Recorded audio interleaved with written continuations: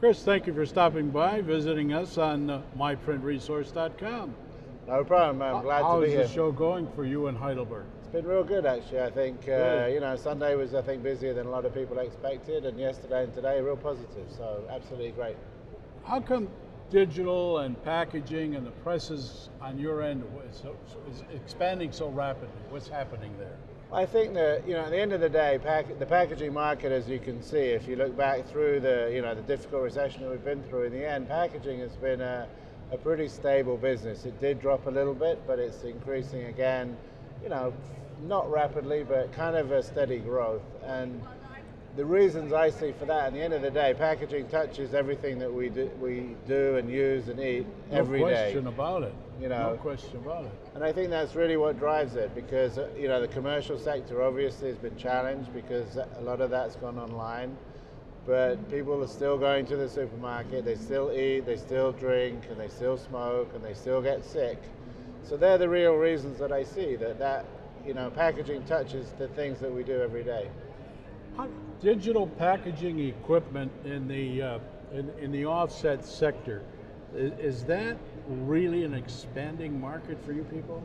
I think that obviously it's an opportunity, you know, okay. as brand owners look for more and more different versions of products, right. You know, maybe more specialization, even more levels of personalization.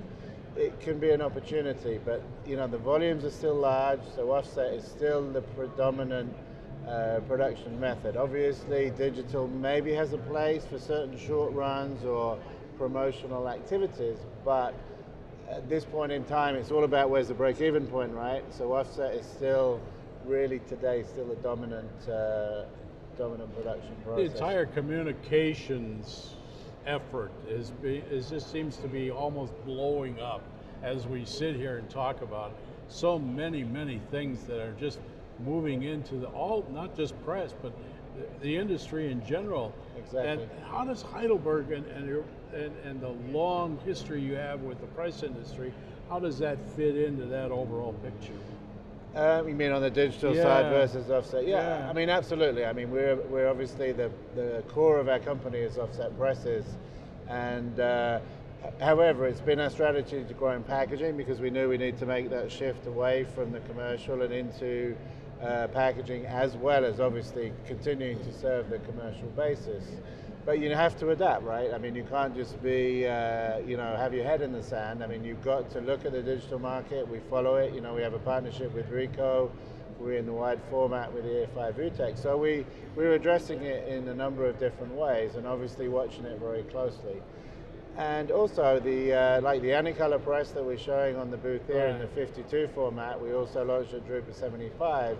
That's a way to bring offset quality, but also with a very short make ready, very low waste startup. So it helps push the break-even point for offset even further down. And as I said, in the end, then it's all about volume, right? Yeah, it is. It's all about volume and cost and expense and everything else that you have to bring to the marketplace. Exactly, yeah. But you know, for us, it's an important market. You know, it's why we also added the finishing capabilities of die cutting and folding and gluing as well. So we can really offer any packaging printer the complete solution, and that's what's really unique about Heidelberg, because we also have the software products to link all that together. So in the end, if you like, you could buy a complete packaging company from us. The new developments at all in the substrate industry that are making people scratch their heads a little bit and say, where did this come from?